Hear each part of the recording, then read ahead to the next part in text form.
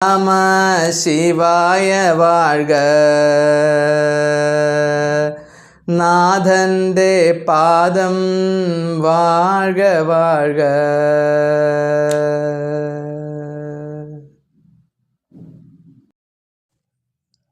മാണിക്യവാചകസ്വാമിയുടെ തിരുവാചകത്തിലെ അടുത്ത ചില പദ്യങ്ങളിലേക്ക് നമുക്ക് കിടക്കാം. നിനയ്ക്കാനാകാത്തതാം പെരുമയാർന്നവൻ്റെ അഴകാർന്നതാം ഇരു കടലുകൾ പണിയുന്നേൻ. നിനയ്ക്കാനാകാത്തതാം പെരുമയാർന്നവൻ അവൻ്റെ അഴകാർന്ന കാലിണകളെ ഞാനിതാ നമിക്കുന്നു. അപ്പോൾ ശിവൻ്റെ പെരുമയെക്കുറിച്ചിട്ടാണ് ഇവിടെ പറയുന്നത്. ശിവൻ്റെ പെരുമയെ നിനയ്ക്കാനാകില്ല, നമുക്ക് അളക്കാനാകില്ല. എല്ലാവിധ അളവുകോലുകൾക്കും അപ്പുറത്താണ് ശിവഭഗവാന്റെ ഗുണഗണങ്ങൾ. ആർക്കും ഒരിക്കലും അളക്കാൻ കഴിയാത്ത അനന്തമായ ആദിമധ്യാന്തഹീനമായ ഗുണഗണങ്ങളുള്ള ഭഗവാനാണ് ശിവൻ. അപ്പോൾ ശിവൻ്റെ മഹിമയെ ആർക്കാണ് വാഴ്ത്തി പറയാൻ പറ്റുക? അത്രയ്ക്ക് നനയ്ക്കാനാവാത്ത മഹിമയാണ് ശിവൻ്റേത്. വാക്കുകൾക്ക് അതീതമായ, വാക്കുകൾക്ക് വിവരിക്കാനാവാത്ത മഹത്വമേറിയ ഗുണഗണങ്ങളുള്ള ഭഗവാനാണ് ശിവൻ. നോക്കൂ, പിന്നെ മണ്ണിലും നിറഞ്ഞോൻ നീ, വിണ്ണിലും നിറഞ്ഞോൻ നീ, ദുർവിധിയാർന്നവൻ ഞാൻ നിന്നുടെ ശ്രേയസ്സിന് വാഴ്ത്തുவது എങ്ങനെ എന്നതും അറിയാത്തവൻ. മണ്ണിലും നിറഞ്ഞോൻ നീ, ഭൂമിയാകെ നിൻ്റെ വിലാസങ്ങൾ നിറഞ്ഞു നിൽക്കുന്നു. ഭൂമിയിലെ സ്ഥാവര ജംഗമ വസ്തുക്കളെല്ലാം തന്നെ നീയാണ്. ഭൂമിയാകെ നിറഞ്ഞു നിൽക്കുന്ന ശാശ്വതമായ ഭഗവാനാണ് അങ്ങ്. നീ മണ്ണിൽ മാത്രമല്ല വിണ്ണിലും നിറഞ്ഞു നിൽക്കുന്നു. 14 ലോകങ്ങളിലും നീയല്ലാതെ മറ്റാരുമില്ല. എവിടെ നോക്കിയാലും നിറഞ്ഞു നിൽക്കുന്നത് അല്ലയോ ഭഗവാൻ ശിവൻ, നീ തന്നെയാണ്. ഇനി നോക്കൂ, അങ്ങനെയുള്ള നിൻ്റെ മഹത്വത്തെ ദുർവിധിയാർന്നവൻ ഞാൻ നിന്നുടെ ശ്രേയസ്സിനെ വാഴ്ത്തുവാൻ ആവാത്ത വിധം ഞാൻ അത്രയ്ക്ക് ദുർവിധിയാർന്നവനാണ് എന്നാണ് ഇവിടെ മാണിക്യവാചകസ്വാമി പറയുന്നത്. ഈ കവിതയിലുടനീളം മാണിക്യവാചകസ്വാമിയുടെ ആ വിനയമാണ് പ്രകടമാകുന്നത്. അദ്ദേഹം പലപ്പോഴും സാധാരണക്കാരിൽ വച്ച് സാധാരണക്കാരനായ ഒരു മനുഷ്യനായി, വളരെ ലളിതമായി, വളരെ നിസാരമായ ഒരു ജീവിയായിട്ട് അദ്ദേഹം സ്വയം വ്യാഖ്യാനിക്കുകയാണ് ചെയ്യുന്നത്. ചിലപ്പോൾ നായയെപ്പോലെ ദുർവിധിയുള്ളവൻ എന്നുവരെ അദ്ദേഹം പല ഭാഗങ്ങളിലും വർണ്ണിക്കുന്നുണ്ട്. ഇതൊക്കെ അദ്ദേഹത്തിൻ്റെ വിനയത്തെ സൂചിപ്പിക്കാൻ വേണ്ടിയിട്ടാണ്. മാത്രമല്ല, വായനക്കാർക്ക് ഏത് തരത്തിലുള്ള വായനക്കാരായാലും, ഏത് തരത്തിലുള്ള പഠിതാവായാലും, അയാൾ ഏത് നിലവാരത്തിലുള്ള ആളാണെങ്കിലും അയാളേക്കാൾ നിലവാരം കുറഞ്ഞവനാണ് താൻ എന്നുള്ള ആ വിനയം, നിറഞ്ഞ വിനയത്തിൻ്റെ ഉടമയാണ് മാണിക്യവാചകസ്വാമി. അതുകൊണ്ടാണ് അദ്ദേഹം ഇങ്ങനെ പറയുന്നത്. ദുർവിധിയാർന്നവൻ ഞാൻ എന്നാണ് അദ്ദേഹം വിവരിക്കുന്നത്. അനേകം പ്രാരബ്ധ കർമ്മങ്ങളും അതേപോലെയുള്ള ദുർവിധികളും എല്ലാം തന്നെ, പൂർവജന്മ ദുഷ്കൃതികളും എല്ലാം തന്നെ എനിക്ക് വന്നു പെട്ടിട്ടുണ്ട്. അതുകൊണ്ട് അങ്ങയുടെ ശ്രേയസ്സിനെ വാഴ്ത്തുവാൻ എങ്ങനെ എനിക്ക് കഴിയുമെന്നാണ് ചോദിക്കുന്നത്. അപ്പോൾ നിസാരരിൽ വച്ച് നിസാരനായ എനിക്ക് മഹത്വത്തിൽ വച്ച് മഹത്വമേറിയ അങ്ങയുടെ മഹത്വത്തെക്കുറിച്ച് പാടാൻ ഒരിക്കലും സാധ്യമല്ല. അത്രയ്ക്ക് നിസാരനാണ് ഞാൻ എന്നുള്ള ആ ഭാവമാണ് ഇവിടെ നിറഞ്ഞു നിൽക്കുന്നത്. മണ്ണിലും വിണ്ണിലും നിറഞ്ഞു നിൽക്കുന്ന അല്ലയോ ഭഗവാൻ, അങ്ങയുടെ മഹത്വത്തെപ്പറ്റി പാടാൻ ദുർവിധിയാർന്ന എനിക്ക് എങ്ങനെ കഴിയും? എൻ്റെ വാക്കുകൾ എത്ര പരിമിതങ്ങളാണ്. മനുഷ്യൻ്റെ വാക്കുകൾക്ക് പരിമിതിയുണ്ട്. ഇന്ന് വന്നു പോവും, അർത്ഥശങ്കയാൽ പിഴ സംഭവിക്കാൻ സാധ്യതയുണ്ട്. കാരണം വാക്കുകൾ മനുഷ്യനിർമ്മിതമായാണ് ഉപയോഗിക്കപ്പെടുന്നത്. ദേവനിർമ്മിതമായ വാക്കുകൾ ആ ദേവന്മാർക്ക് മാത്രമേ അത് ഉപയോഗിക്കാൻ കഴിയുള്ളൂ. മനുഷ്യർക്ക് ആ വാക്കുകളുടെ ഉള്ളിലേക്ക് കടന്നു ചെല്ലാൻ കഴിയില്ല. അതുകൊണ്ട് അങ്ങയുടെ മഹത്വത്തെ വാക്കുകളിൽ ഞാൻ എങ്ങനെ ആവിഷ്കരിക്കും? ഇനി നോക്കൂ, മനുഷ്യ ജീവിതത്തിൻ്റെ അവസ്ഥയെപ്പറ്റി പറയണം. തൻ്റെ അവസ്ഥ മാത്രമല്ല, എല്ലാവരുടെ അവസ്ഥയും ഇനി പറയണം. പുല്ലായി, ചെടിയായി, പുഴുവായി, മരമായി, മൃഗങ്ങൾ പലതായി, പറവയായി, പാമ്പായി, കല്ലായി, മനുഷ്യനായി, ഭൂതവും പിശാചുമായി, കരുത്താർന്ന അസുരനായി, മുനിയായി, ദേവനായി, ചേതനയാർന്നിടുന്ന സ്ഥാവര ജംഗമം ജന്മങ്ങളെടുത്തു ഞാൻ. എൻ്റെ കഴിഞ്ഞുപോയ എത്രയെത്ര ജന്മങ്ങളിലെ അവസ്ഥാവിശേഷങ്ങൾ, ഓരോ മനുഷ്യൻ്റെയും ജീവിതത്തിലുള്ള ആ നീണ്ട പൂർവജന്മ അവസ്ഥകളെക്കുറിച്ചായിട്ടാണ് പറയുന്നത്. എങ്ങനെയാണ് നോക്കൂ. പുല്ലായി ജനിച്ചിരിക്കുന്നു മനുഷ്യനാദ്യം, പിന്നെ ചെടിയായി ജനിക്കുന്നു, പിന്നെ പുഴുവായി ജനിക്കുന്നു, പിന്നെ മരമായി, പിന്നെ മൃഗങ്ങളായി, പിന്നെ പലതായി, പറവകളായി, പാമ്പായി, കല്ലായി, പിന്നെ വളരെ വളരെ അനേകം ജന്മങ്ങൾക്ക് ശേഷം മനുഷ്യജന്മം കിട്ടുന്നു. മനുഷ്യൻ തന്നെ പിന്നെ എന്തായി മാറുന്നു? ഭൂതവും പിശാചുമായി മാറാറുണ്ട്. പിന്നെ കരുത്താർന്ന അസുരനായി ജനിക്കാറുണ്ട്, മുനിയായി ജനിക്കാറുണ്ട്, പിന്നെ ദേവനായി ജനിക്കാറുണ്ട്.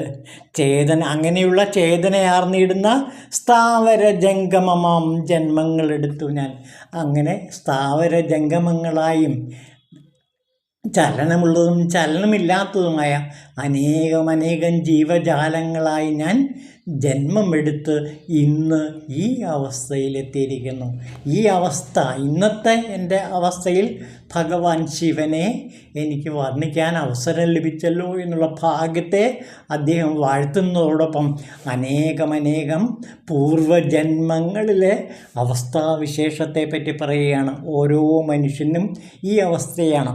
പുല്ലായി ജനിക്കുന്നു, പിന്നെ ചെടിയായി, പുഴുവായി, മരമായി, പിന്നെ പറവയായി, പാമ്പായി, മനുഷ്യനായി, പിന്നെ ഭൂതമായി, പിശാചായി, പിന്നെ അസുരനായി, പിന്നെ മുനിയായി, പിന്നെ ദേവനായി മാറുന്നു. അപ്പോൾ മനുഷ്യൻ്റെ പടിപടിയായ ഉയർച്ചയെക്കുറിച്ചിട്ടാണ് പറയുന്നത്.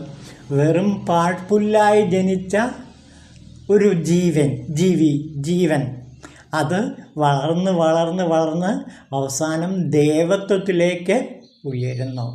അപ്പോൾ ഇവിടെ മനുഷ്യൻ്റെ വളർച്ചയുടെ പടികളെക്കുറിച്ച് കൂടി ഇവിടെ സൂചിപ്പിക്കുന്നുണ്ട്. അനേകം ജന്മാന്തരങ്ങളിലൂടെ കടന്നു പോകുമ്പോൾ ആ മനുഷ്യൻ പ്രേയസിൽ നിന്ന് അല്ലെങ്കിൽ വേദനയിൽ നിന്ന് സന്തോഷത്തിലേക്ക്, ദുഃഖത്തിൽ നിന്ന് ആനന്ദത്തിലേക്ക് പടിപടിയായി ഉയരുന്ന, മരണത്തിൽ നിന്ന് മൃത്യുവിൽ നിന്ന് മൃത്യുവില്ലാത്ത അമർത്യത്തിലേക്ക് എത്തിച്ചേരുന്ന അവസ്ഥയാണ് നാം ഇവിടെ കാണുന്നത്. അപ്പോൾ മനുഷ്യൻ ഉയർന്നുയർന്ന് ജന്മങ്ങൾ കടക്കും തോറും ഉയർന്നുയർന്ന് ദേവനായിത്തീരുന്നു. അപ്പോൾ മനുഷ്യത്വം, അതേപോലെ തന്നെ ആദ്യം മൃഗത്വം ആണ് മനസ്സിൽ നിറഞ്ഞു നിൽക്കുക, പിന്നെ മനുഷ്യത്വം, പിന്നെ ദേവത്വം. അങ്ങനെ ഉള്ള അവസ്ഥകളിലൂടെ എല്ലാം കടന്നുപോയി അവസാനം ഈശ്വരത്വത്തിലേക്ക്, ശിവത്വത്തിലേക്ക്, ശിവബോധത്തിലേക്ക് എത്തിച്ചേരുന്നു. അവസാനത്തെ പടിയാണ് ശിവജ്ഞാനം. അപ്പോൾ ഈ ശിവജ്ഞാനത്തിലേക്ക് ഒരു പുൽക്കൊടി എങ്ങനെ അനേകം ജന്മങ്ങൾക്ക് ശേഷം കടന്നു വരുന്നു എന്ന് ഇവിടെ മാണിക്യവാചകസ്വാമി വ്യക്തമാക്കുകയാണ്. അതായത് എത്ര പാഴ്വസ്തുവിനും ദേവനായി തീരാനും ശിവബോധത്തിലേക്ക് ഉയരാനും ജന്മങ്ങളിലൂടെ കഴിയുമെന്ന് തെളിയിക്കുകയാണ് മാണിക്യവാചകർ ചെയ്യുന്നത്. അപ്പോൾ മനുഷ്യൻ താഴ്ന്ന തലത്തിൽ നിന്ന് ഉയർന്ന തലത്തിലേക്ക് ഉയർന്നുയർന്ന് ശിവബോധത്തിലേക്ക്, ശിവജ്ഞാനത്തിലേക്ക് എത്തിച്ചേരുന്നു. അപ്പോൾ പാഴ് ജീവിതത്തിൽ നിന്ന് സഫലമായ അറിവിൻ്റെ ജീവിതത്തിലേക്ക് ഒരു സാധകൻ അല്ലെങ്കിൽ ഒരു മനുഷ്യൻ പടിപടിയായി എത്തിച്ചേരുന്നു. അപ്പോൾ ആരെയും നമുക്ക് പരിഹസിക്കാനോ വിഷമിപ്പിക്കാനോ കഴിയില്ല. കാരണം എന്താ, അവരുടെ ജന്മങ്ങൾ പല പല തട്ടുകളിലായിരിക്കും. ചിലർ പുല്ലിനെ പോലെ ജീവിക്കുന്നവരായിരിക്കും, ചിലർ പുഴുവിനെ പോലെ ജീവിക്കുന്നവരായിരിക്കും, ചിലർ മൃഗങ്ങളെ പോലെ ജീവിക്കുന്നവരായിരിക്കും, ചിലർ ആകട്ടെ മുനികളെ പോലെ ശ്രേഷ്ഠന്മാരായിരിക്കും, ചിലർ ദേവന്മാരെ പോലെ ശ്രേഷ്ഠന്മാരായിരിക്കും, ചിലർ ശിവബോധത്തിൽ ജീവിക്കുന്നവരായിരിക്കും. അങ്ങനെ പല ജനം പല വിധത്തിൽ ഈ പ്രപഞ്ചത്തിലും ലോകങ്ങളിലും നാം കാണുന്നു. ഇതെല്ലാം അനേകം ജന്മങ്ങളിലൂടെ അവരുടെ കർമ്മ പരമ്പരകളിലൂടെ അവർ അവസാനം ശിവബോധത്തിലേക്ക് എത്തിച്ചേരുന്നു. ഈ സത്യം തന്നെയാണ് എല്ലാ മഹായോഗികളും വർണ്ണിച്ചുള്ളത്. ജ്ഞാനപ്പാനയിൽ പൂന്താനം ഇതേ രംഗം തന്നെ മാണിക്യവാചകർ പറഞ്ഞ ഇതേ ഭാവം തന്നെ ആവിഷ്കരിക്കുന്നുണ്ട്. ജ്ഞാനപ്പാനയിലെ കുറച്ച് ഭാഗം നമുക്ക് നോക്കാം. അസുരന്മാർ സുരന്മാരായിടുന്നു, അമരന്മാർ മരങ്ങളായിടുന്നു. അപ്പോൾ താഴേക്കും പതിക്കാം, മേലേക്കും ഉയരാം. അതാണ് പറയുന്നത്. അസുരന്മാർ സുരന്മാരായിടുന്നു. അസുരന്മാർ ദേവന്മാരായി തീരാറുണ്ട്, സുരന്മാരായി തീരാറുണ്ട്. അതേപോലെ ദേവന്മാർ മരങ്ങളായി അധപ്പതിക്കാറുണ്ട്. അപ്പോൾ താഴേക്കും മുകളിലേക്കും ജന്മങ്ങൾ അങ്ങോട്ടും ഇങ്ങോട്ടും ഒരുപാട് മാറ്റത്തിന് വിധേയമാകുന്നു. അജൻ ചത്ത് ഗജമായി പിറക്കുന്നു. ആട് ചത്ത് അത് ആനയായി മാറുന്നു. ഗജം ചത്ത് അങ്ങ് അജവുമായിടുന്നു. ഗജം ആന ചത്ത് പിന്നെ അത് ആടായും മാറുന്നു.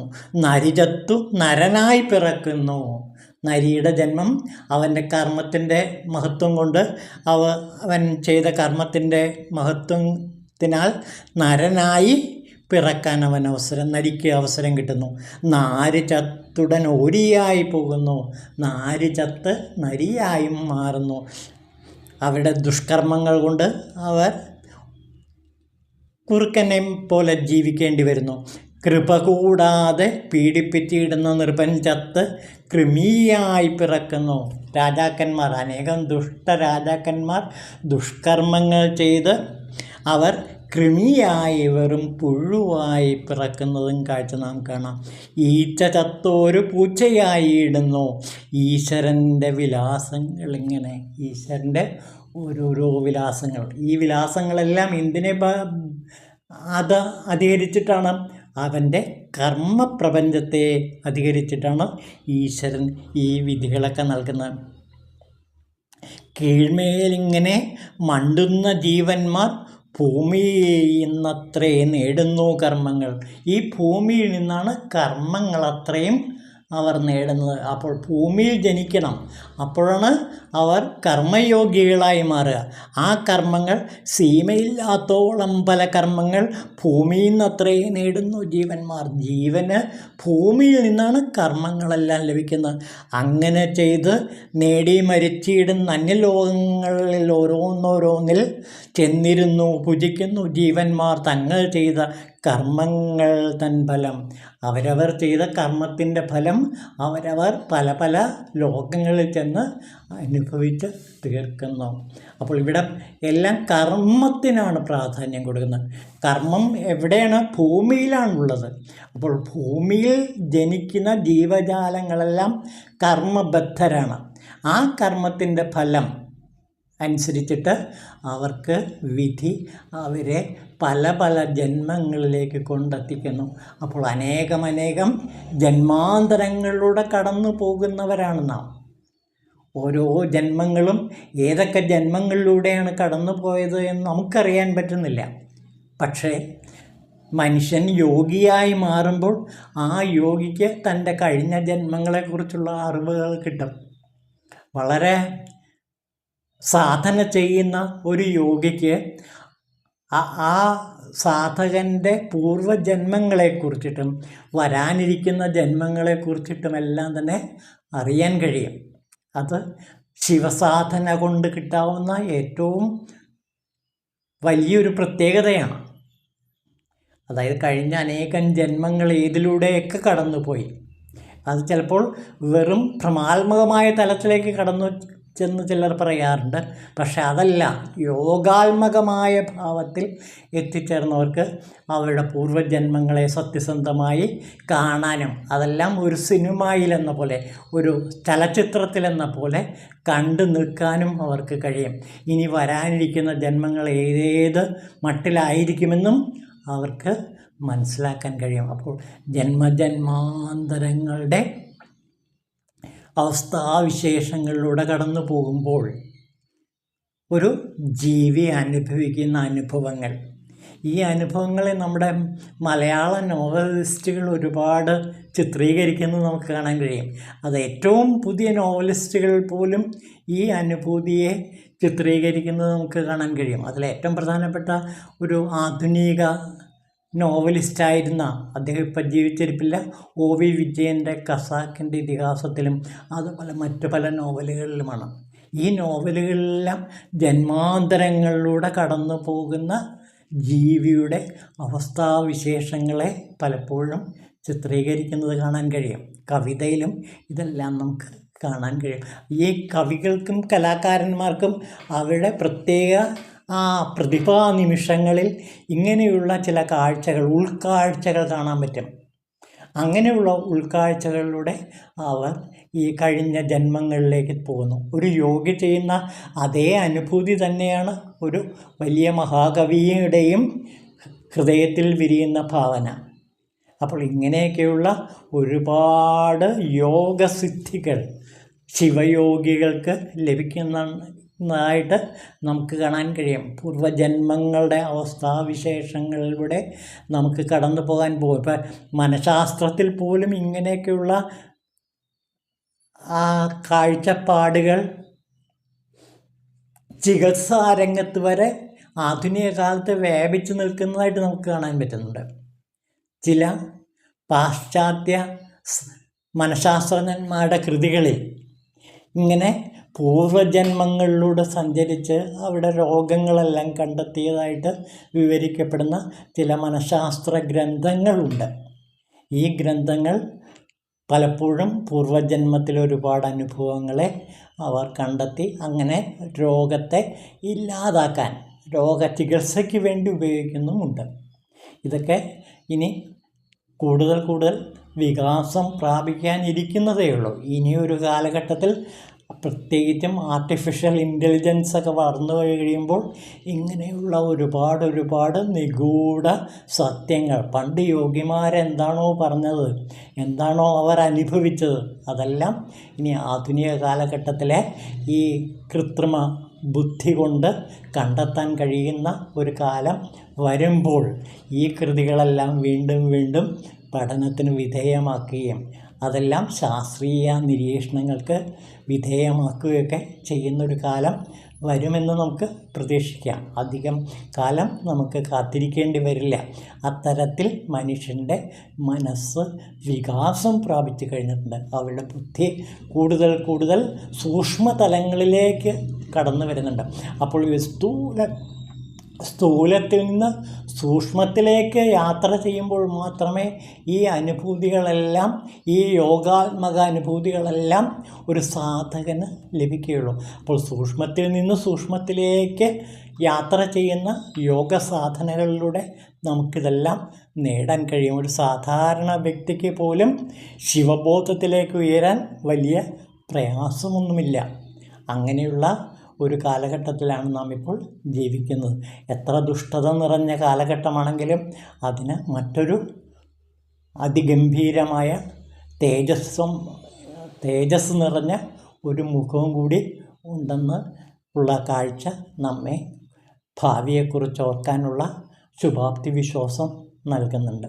ഓം ശിവായ നമഃ.